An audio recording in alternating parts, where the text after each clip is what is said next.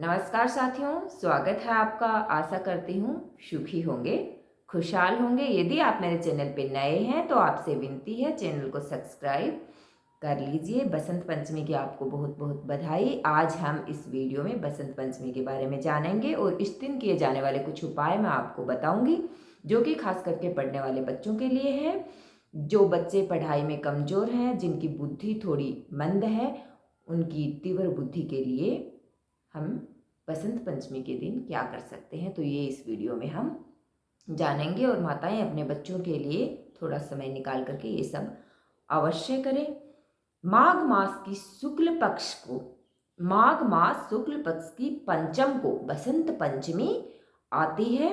इस दिन माता सरस्वती की उत्पत्ति हुई थी। भगवान श्री हरिहर विष्णु ने ब्रह्मा जी को सृष्टि की रचना का आदेश दिया।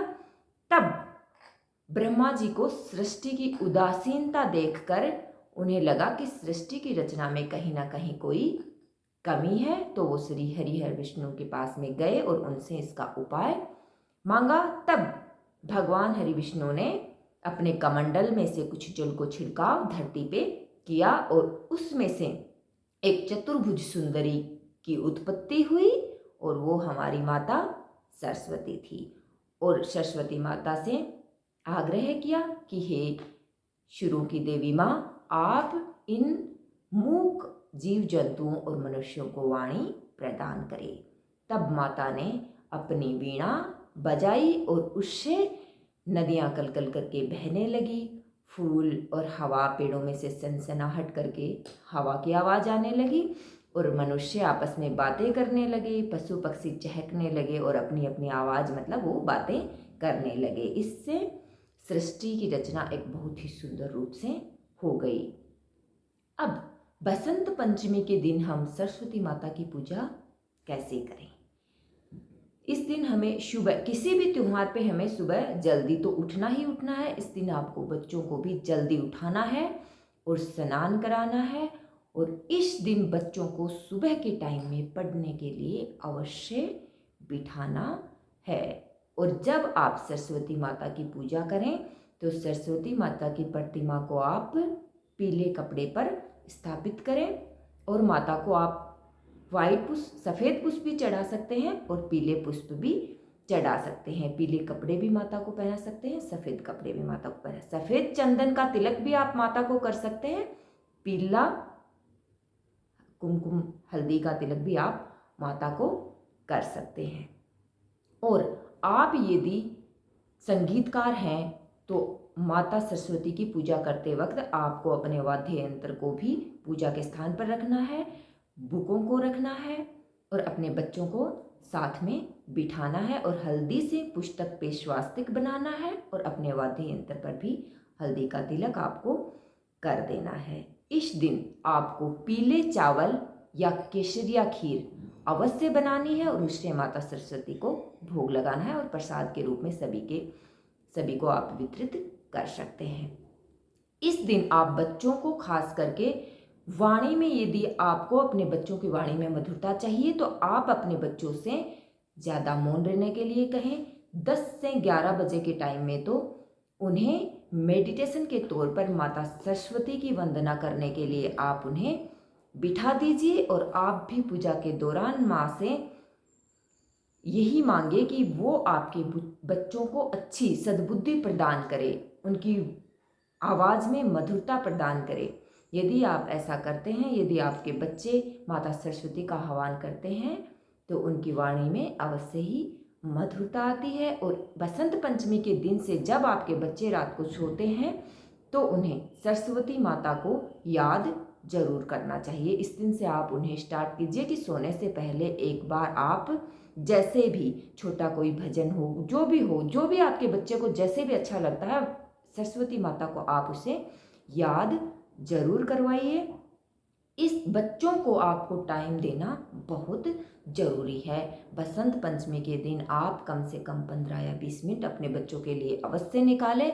उन्हें बसंत पंचमी का महत्व समझाएं, माता सरस्वती के बारे में उन्हें बताएं, क्योंकि लक्ष्मी ही सब कुछ नहीं होती है।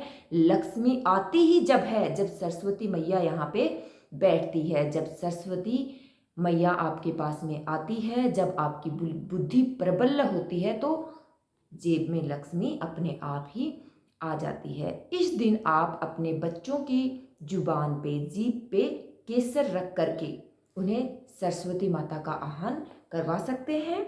और आपको करना ये है कि आप अपने बच्चे की जीभ पे केसर रखें और उसके बाद बच्चे को आप ये पेपर में लिख सकते हैं, कहीं से भी आपको मंत्र मिल जाएगा, आप ले सकते हैं, या फिर मैं बोल रही हूँ आप लिख लीजिए और आप ये करवाएं।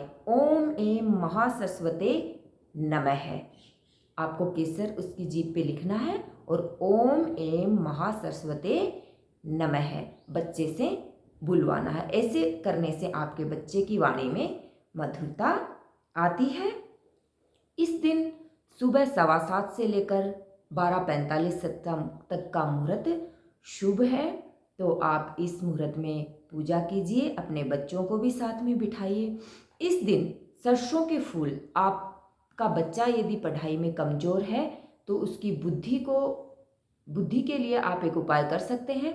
आपको सरसों के 31 फूल लेकर के शंकर भगवान के चरणों में अर्पित करने हैं और उन बच्चे से अर्पित करवाने हैं और बच्चे को बोलो कि बेटा भगवान से यही बोलना कि वो आपको तीव्र बुद्धि प्रदान करे। माना जाता है कि इस दिन यदि पीले सरसों के फूल शंकर भगवान के चरणों में चढ़ा करके आप जो मांगते हैं वो अवश्य मिलता है, तो आप ये उपाय भी कर सकते हैं। इस दिन बच्चों को आप अपने बच्चों को सरस्वती माता के बारे में अवश्य बताएं, उन्हें पढ़ने जरूर बिठाएं, चाहे भले ही थोड़े टाइम के लिए बिठाएं लेकिन पढ़ने के लिए अवश्य बिठाएं। अपने बच्चों को पढ़ने के लिए प्रोत्साहन अवश्य करें। श्वेत चंदन का तिलक आप माता सरस्वती को लगा सकते हैं, पीले हल्दी का तिलक भी आप लगा सकते हैं। और एक उपाय और है, 125 ग्राम धनिया और 250 ग्राम मिश्री आपको लेनी है और आम की लकड़ियाँ लेनी है और ये आपको शाम को 5:15 5:30 बजे के लगभग आप ये एक छोटा सा हवन अपने बच्चों के लिए कर सकते हैं। आम की लकड़ियाँ आप ले आइए, 125 ग्राम धनिया आप ले आइए, 250 ग्राम मिश्री आप ले आइए, इन्हें पीस लीजिए और अपने बच्चों के हाथ से एक छोटा सा होम आप करवा दीजिए और इनकी आहुति दे दिए। ओम श्रीम ह्रीम सरस्वते स्वाहा, ओम श्रीम ह्रीम सरस्वते स्वाहा मंत्र का जाप करते हुए आपको ये आहुतियाँ देनी है। ऐसा करने से आपके बच्चे की बुद्धि में तेजता आती है और यदि आपका बच्चा पढ़ने में रुचि नहीं है, पढ़ने के लिए बैठता नहीं है, तो ये छोटे छोटे उपाय हैं, ये कीजिए, धीरे धीरे आपका बच्चा पढ़ने के लिए बैठने लगेगा। बच्चों को अच्छी बातें सिखाएं और उन्हें सरस्वती माता का महत्व अवश्य बताएं। आपको फिर से एक बार बसंत पंचमी की बहुत बहुत हार्दिक शुभकामनाएं। नमस्कार।